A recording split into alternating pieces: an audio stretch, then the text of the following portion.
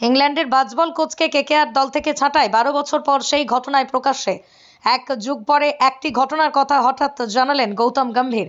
তখন তিনিই ছিলেন কলকাতা নাইট রাইডার্সের অধিনায়ক। তার নেতৃত্বে খেলেছিলেন ব্রেন্ডন ম্যাকালাম।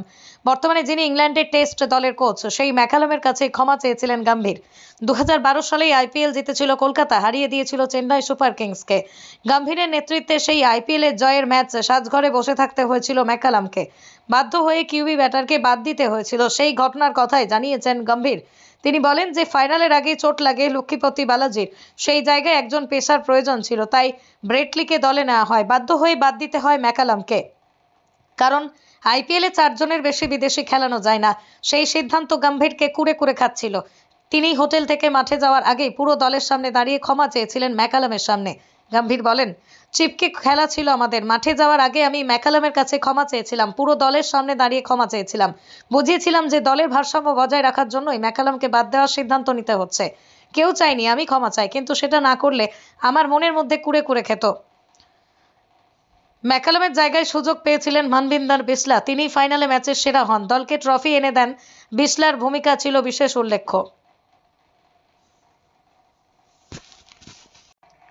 ইংল্যান্ডের বাজবল কোচকে কেকেআর দল থেকে ছাঁটাই ১২ বছর পর সেই ঘটনায় প্রকাশ্যে এক যুগ পরে একটি ঘটনার কথা হঠাৎ জানালেন গৌতম গম্ভীর।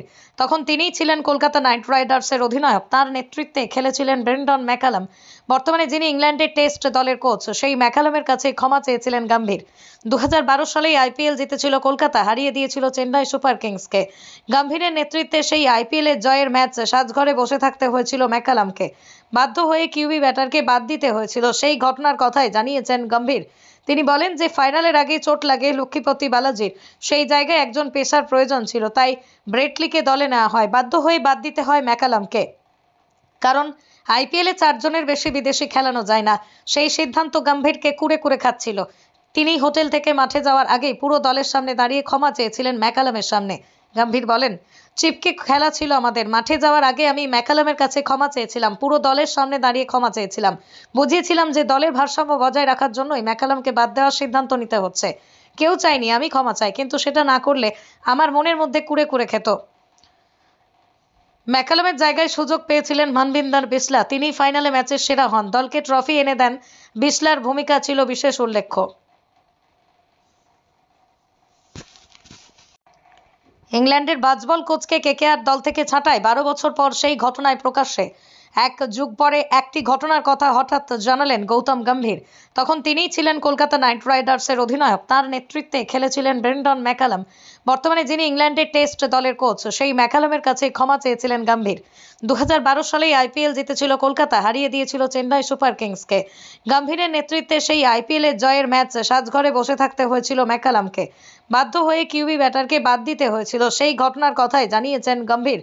তিনি বলেন যে ফাইনালের আগে চোট লাগে লক্ষ্মীপতি বালাজির, সেই জায়গায় একজন পেসার প্রয়োজন ছিল, তাই ব্রেটলিকে দলে নেওয়া হয়। বাধ্য হয়ে বাদ দিতে হয় ম্যাকালামকে, কারণ আইপিএলে 4 জনের বেশি বিদেশি খেলানো যায় না। সেই সিদ্ধান্ত গম্ভীরকে কুরে কুরে খাচ্ছিল। তিনি হোটেল থেকে মাঠে যাওয়ার আগেই পুরো দলের সামনে দাঁড়িয়ে ক্ষমা চেয়েছিলেন ম্যাকালামের সামনে।